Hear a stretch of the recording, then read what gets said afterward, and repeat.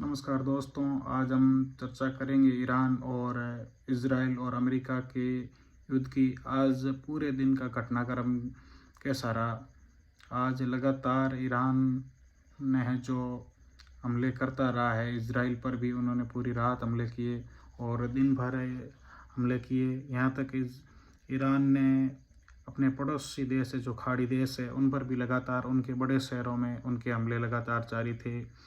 उनके हमले United states, Bahrain, Jordan, Kuwait, Qatar और किंगडम ऑफ सऊदी अरब और यूनाइटेड अरब एमिरेट्स और आदि इन सभी देशों पर और इनके प्रमुख शहरों पर जो ईरान के हमले जारी थे। ईरान ने इराक में भी, जिसमें इराकी कुर्दिस्तान इलाका भी शामिल है, वहाँ पर भी उन्होंने हमला किया। और इसके सिवा जॉर्डन, कुवैत, ओमान, कतर और kingdom of Saudi Arab, united Arab, इन सभी जगह उन्होंने ड्रोनों और मिसाइल से लगातार उनके हमले ईरान के जारी थे। और ईरान पर भी पूरे दिन इजराइल और अमेरिकी एयरफोर्स का हमला जारी था। और इन सब के बीच अलग अलग बयान आए हैं। उसमें इंटरनेशनल एटॉमिक एनर्जी एजेंसी के डायरेक्टर जनरल ईरान के हैं, जो न्यूक्लियर प्रोग्राम चला रही है पूरी एजेंसी। उसने बयान दिया कि ईरानी न्यूक्लियर फैसिलिटी को कोई नुकसान नहीं हुआ है। और उन्होंने कहा कि अभी तक कोई ऐसा रेडिएशन नहीं फैला है और हमने नहीं पाया कि इस प्रकार का कोई रेडिएशन ईरान में लीक की हुआ है, यहाँ इसकी कोई संभावना है, ऐसा नहीं है। और ईरान के डिप्टी विदेश मंत्री ने कहा कि जब तक ज़रूरत होगी हम देश के लिए लड़ते रहेंगे, हमारे देश की रक्षा के लिए लड़ते रहेंगे। और ईरान के विदेश मंत्री ने यह भी कहा कि संयुक्त राज्य अमेरिका विपरीत परिस्थितियों में खुद को लंबी लड़ाई के लिए यहाँ फंसा चुका है और ईरान है जो इस परिस्थिति के लिए तैयार है, वो एक लंबी लड़ाई की तैयार है। और उन्होंने ये भी कहा कि ईरान पिछले 300 वर्षों की तरह हमेशा उसने पहले हमला और नहीं किया, युद्ध की शुरुआत नहीं की है। लेकिन उन्होंने ये कहा कि हमारी बहादुर सशस्त्र सेना इस युद्ध के लिए तैयार थी और हम अपने देश की रक्षा के लिए लड़ेंगे और हमले में पीछे नहीं हटेंगे। और हमारा 6000 वर्ष पुराना इतिहास और सभ्यता है ईरान की, उसकी हम रक्षा करेंगे लगातार बिना पीछे हटे। और उन्होंने ये भी कहा कि दुश्मनों ने जो अनुमान लगाया अमेरिका और इजराइल ने, वो गलत लगा दिया और उन्हें पछताना पड़ेगा। और खामेनेई की मौत के बाद नई लीडरशिप ईरान में चुना है।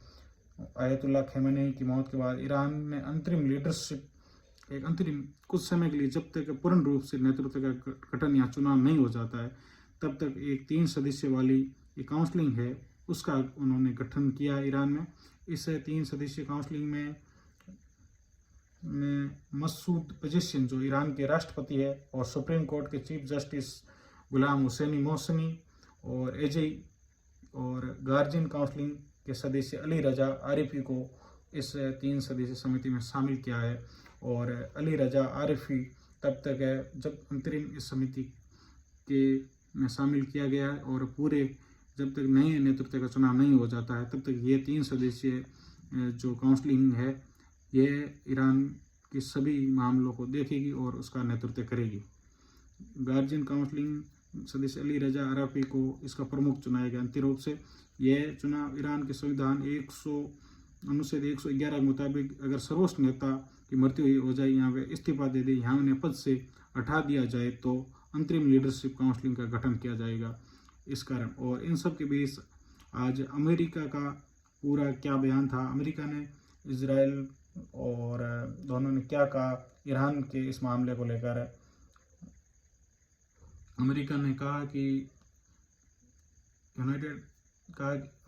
कि जॉर्डन, कुवैत, कतर और किंगडम और सऊदी अरब और यूनाइटेड अरब और इराक में और जॉर्डन, कुवैत, ओमान, कतर और किंगडम ऑफ सऊदी अरब में जो ईरान है बिना सोचा समझे लापरवाही से लगातार इन देशों में और रिहायशी इलाकों में, सिविलियन इलाकों में लगातार हमला कर रहा है, उसकी हम कड़ी निंदा करते हैं। और इन्होंने गलत हमले किए और यह भी कहा कि ईरान लगातार सरकारी जो वहाँ पर सुविधाएं हैं इन देशों में, उन सरकारी पर हमला कर रहा है और इंफ्रास्ट्रक्चर को, रोड, लाइट और होटल वगैरह, इनको नुकसान पहुँचा रहा है जो ईरान की लापरवाही। और उन्होंने ये भी कहा कि इस्लामिक रिपब्लिक की हरकतें खतरनाक है और बढ़ोतरी दिखाती है जो कई देशों में आज़ादी का उल्लंघन करती है। उन्होंने कहा ये दूसरे देशों की आज़ादी का उल्लंघन है और इलाके की स्थिरता के लिए खतरा है। आम लोगों और उन देशों को निशाना बनाया जा रहा है जो दुश्मनी में और लड़ाई में शामिल नहीं है।